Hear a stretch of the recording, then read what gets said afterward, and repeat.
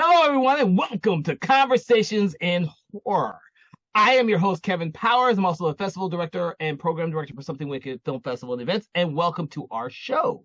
Now, if you're not familiar with Conversations in Horror, I bring a guest onto my show every week, and we talk about different horror movies and different things that have to deal with thrillers as well, and anything that has to do with horror, in order to showcase films that some people may have seen and other people may have never even heard of.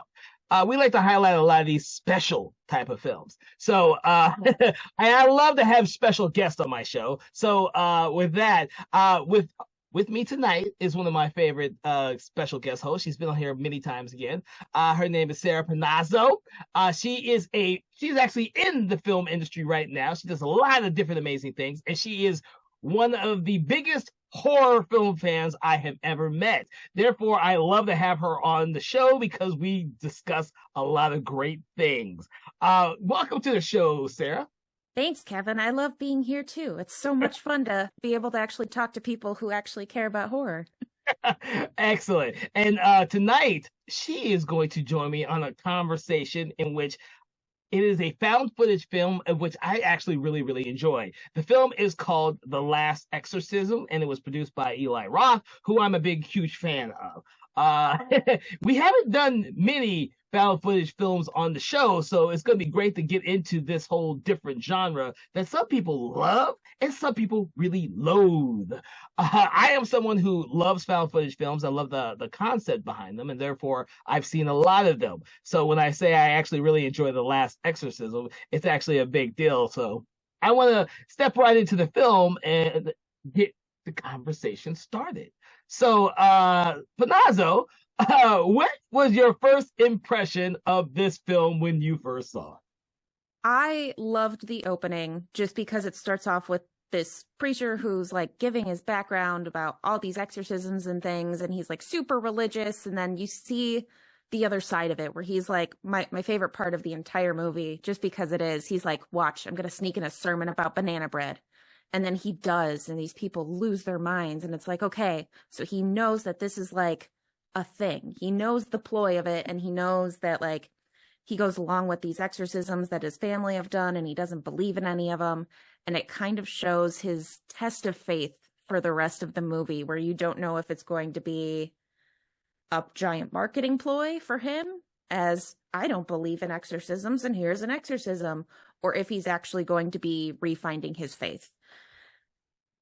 So that's one of the great things I really did enjoy about the film. It wasn't one of those typical films where the main character is trying to prove a particular point. This one is actually the opposite. He is trying to disprove a point. He has gotten jaded over the years as being raised in this whole religious world, and he uses magic tricks, so to speak. He becomes a really good magician in regards to his sermons and the way he brings faith to people, and he's lost that faith. So it's refreshing that this film takes the perspective from someone who's a skeptic who used to be someone who was full of faith. And of course, as we know, his faith and his beliefs are tested when he comes across someone that may or may not be actually possessed, but he's still the charlatan. He's still the person who's still putting the little tricks in there to convince the possessed parents that she's possessed, but then he exorcises her, which I thought was really, really interesting concept. Yeah, it's very much an original concept, like you were saying, of where they're trying to prove it not being real. Not many of them do that.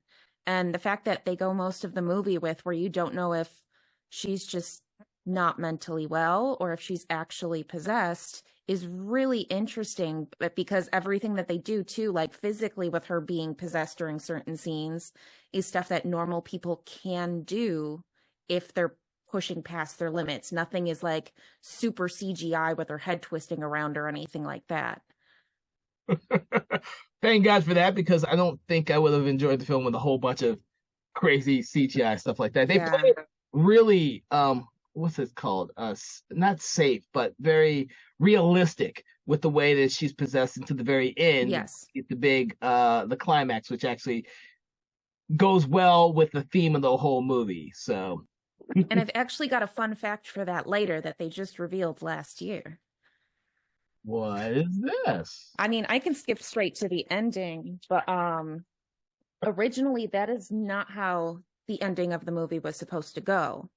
They wanted it to end more of the marketing ploy, where it ends with him, Cotton, being at his church surrounded by thousands of followers, because he's the first person to actually catch a demon on camera.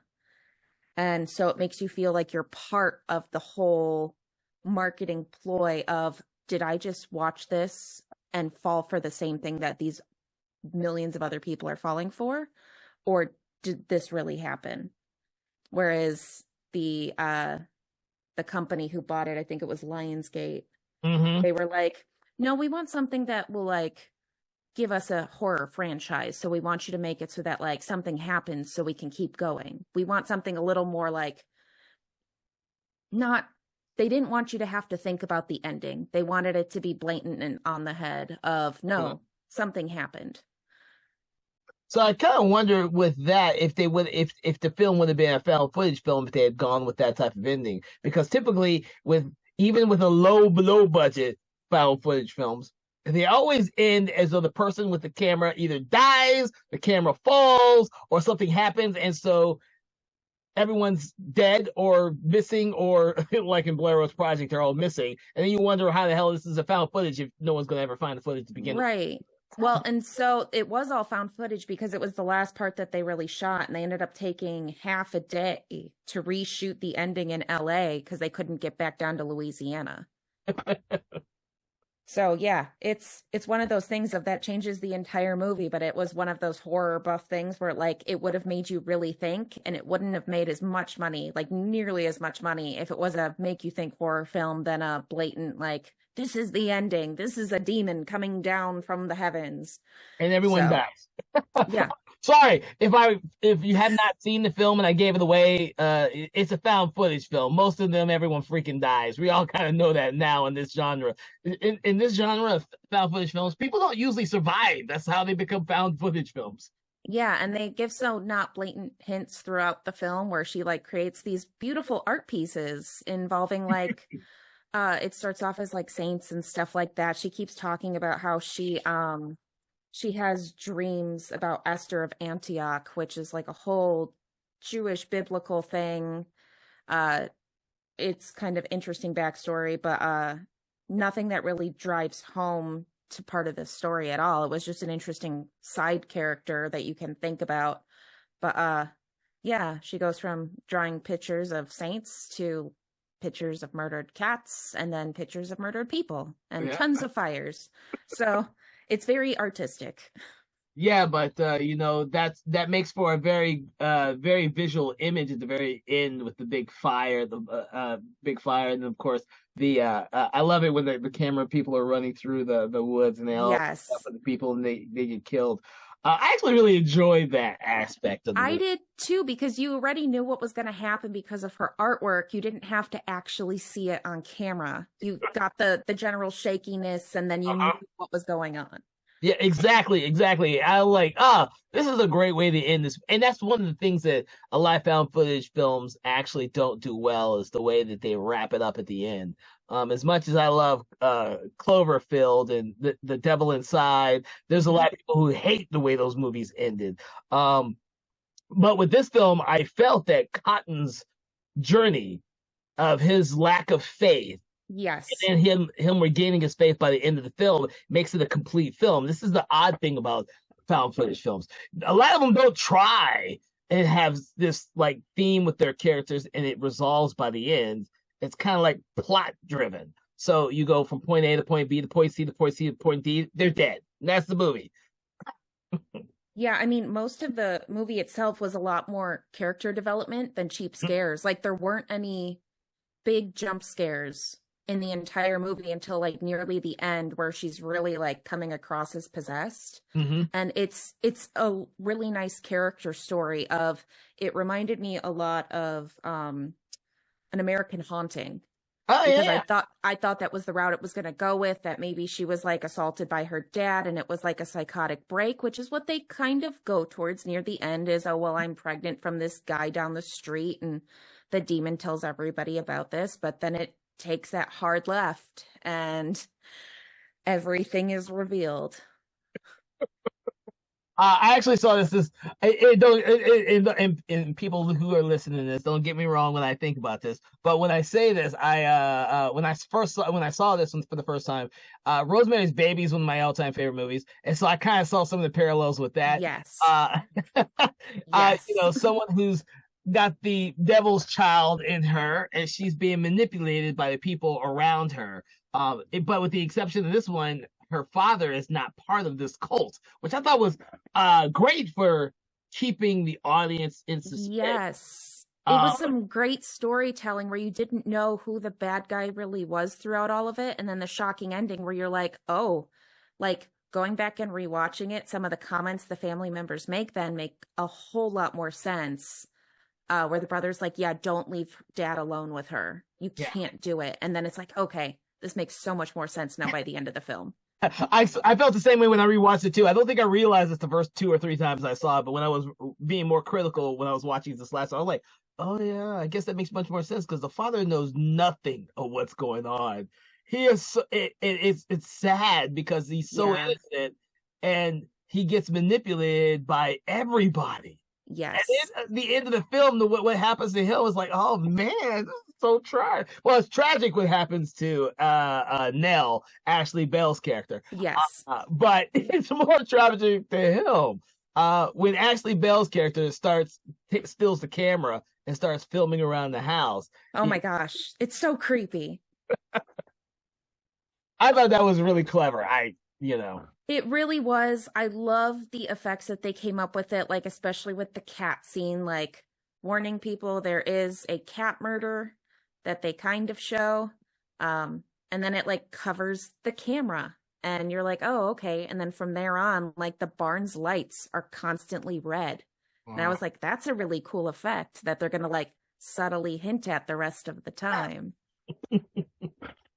So that brings me up to something else. How effective for you was the cinematography for this? There's a lot of people who hate found footage movies, particularly because of the camera work that these films require. Someone's holding a camcorder. People hate the shaky cam. Blair Witch Project was people hate the shaky cam. They can't stand that movie because of shaky cam. How do you think that affects this movie? So I am one of those people who is very prone to motion sickness. So like as much as I love Cloverfield, it gives me migraines, makes me a little nauseous. This one played more like Hell House LLC, where you're like watching like everything set up on tripods and then you're slowly watching this deconstruction of it not being stabilized the rest of the film, where you start with, like I said, they're on tripods, they're on like steady cams, they're being stabilized because it's all set. It's all an act. So they're knowing where and when to film. And by the end, it's the actual random shaking and stuff like that because they're running for their lives and Yeah. they're trying to catch every instant of it. But no, like I love found footage when it's done correctly. Like I love Taking of Deborah Logan, Hell House LLC. They're some of my favorites when they're done correctly. And like Paranormal Activity starts out really fun with that because then you see what little things you can catch and you don't mind pausing the movie because you're watching it as if you're also in that universe. But then it kind of evolves to whatever madness it is now, like movie 7 or 8 or whatever. De-evolves. De-evolves. Devolves. Yes, I will agree with you on that. I thought it was and found footage movies for people who are out there, Paranormal Activity, even though it was really low budget, they had to be creative with it, and they were extremely creative with it with the first few films. I really enjoyed the first ones. I enjoy all of them, but the ones that are really effective are the first three, I believe. After that, they kind of go off the rails.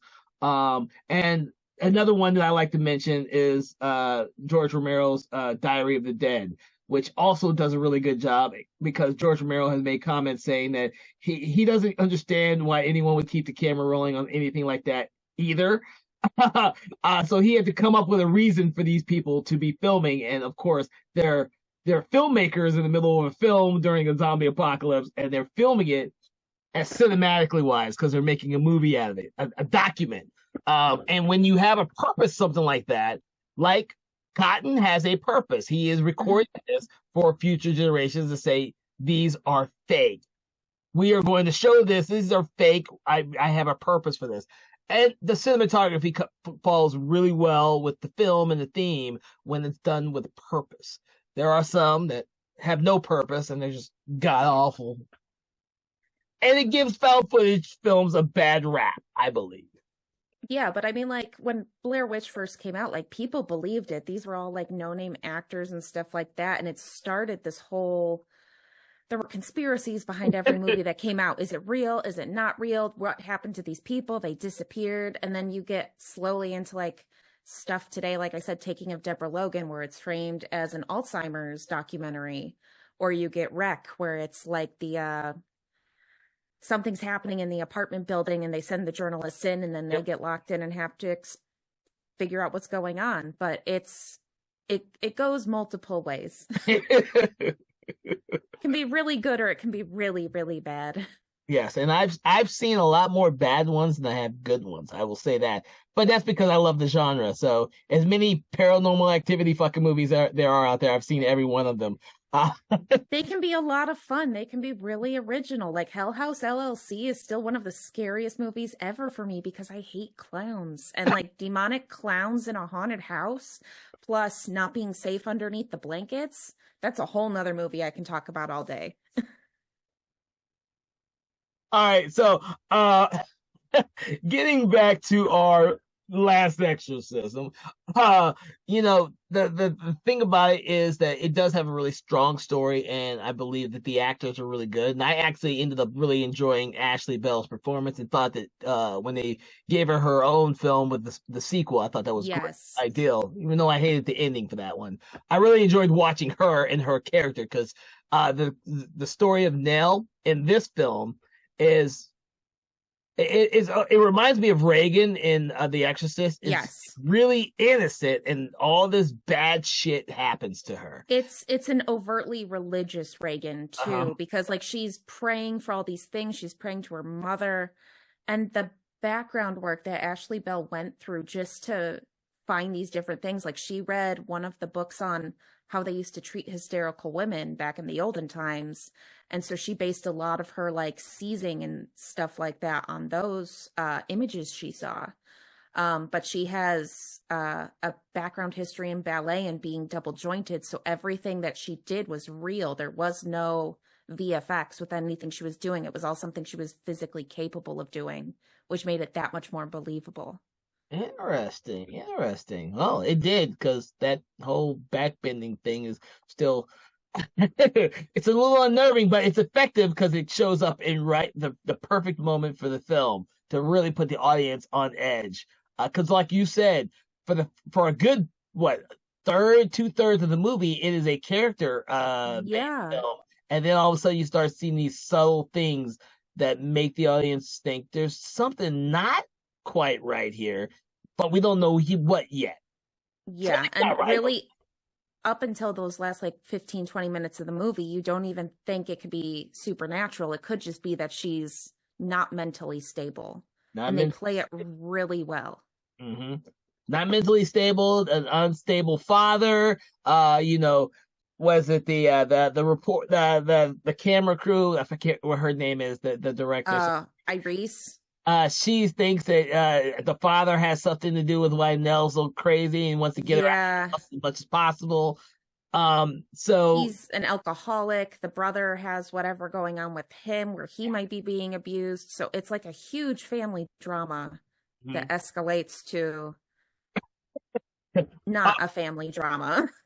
A cult of devil worshipping craziness that just gets more elaborate with the sequel.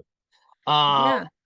I uh, was actually interested with the demon for this too. Abalam or Abalam is actually yeah, I was like, there's literally nothing about this demon at all on the internet except for one thing.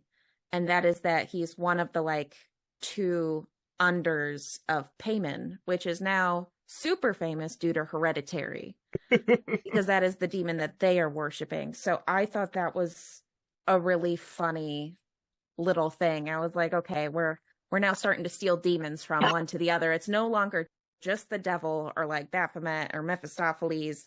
We're going to the same demon tree. I think everyone's reading from the same the same book now. I'm actually glad that they're using different ones so they all don't seem like they're the same. Like I Mm-hmm. did you remember we had a conversation about the Exorcist Believer. You were telling me it was Yes. Uh, for the first one, the original Pazuzu is the one in the Pazuzu. first one. Yes. And he's from Mesopotamian culture. And then his ultimate enemy, Lamashtu, is the new bad guy in the current trilogy. Which, as much as I did enjoy the film, I would really like to see how they wrap all this thing together. I want to really see it because I think it'd be very interesting. I love demon possession movies, as I said. Rosemary's Baby is one of my favorites. The Omens, one of my. I love these type of movies because it takes people out of their comfort zone and it plays with religion and your belief system. If you watch The Omen, which most people have, you know that the main characters aren't really all that religious and they get stuck with the Antichrist. Uh, you know, Yeah. I mean, I love religious horror because like you get to see these equivalences between good and bad, or like Midnight Mass. You see the weird equivalence between the rebirth of Christ on Easter and vampirism. And it's like I would have never put that together, but then you put it together. But whenever they get into demonology, I get really excited because like I love mythology and all that, all the different types of it. And so going hardcore into like this study of demons, and the fact that this guy then just did that other demon nun movie. What was it? which the director Pray for the Devil. Yeah. So the director just did Pray for the Devil. I have Um, not seen that. That's my list. I have not seen that one yet. yeah, that's another one where a nun is being hunted by a demon that has like followed her entire life. Hmm? So I was like, that's really interesting. It could be an extension of this story if they didn't make the sequel. Well, you were right. They needed a way to get into a sequel to the Last Exorcism, and so they did the Last Exorcism Part Two, which didn't have nearly an effective ending. I really, really don't like the ending to the sequel. I love the concept of them focusing on Ashley Bell's Nell for the Hmm. entire thing.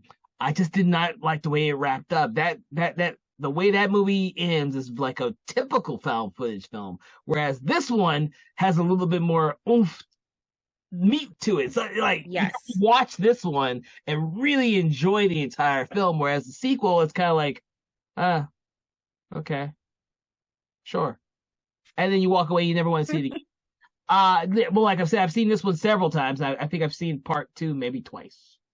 Yeah, I mean, and just her acting in general, like she's so young in this movie and she does such a phenomenal job of playing this young girl dealing with all of these different things. I mean, the loss of her mother, possibly being pregnant, all these other things, the possible family abuse. And I mean, she's still this good, down to earth person who are you are rooting for to not be possessed. Yeah. So I actually really enjoyed her in this movie, and I wish they give her more shit to do. It's in the horror genre.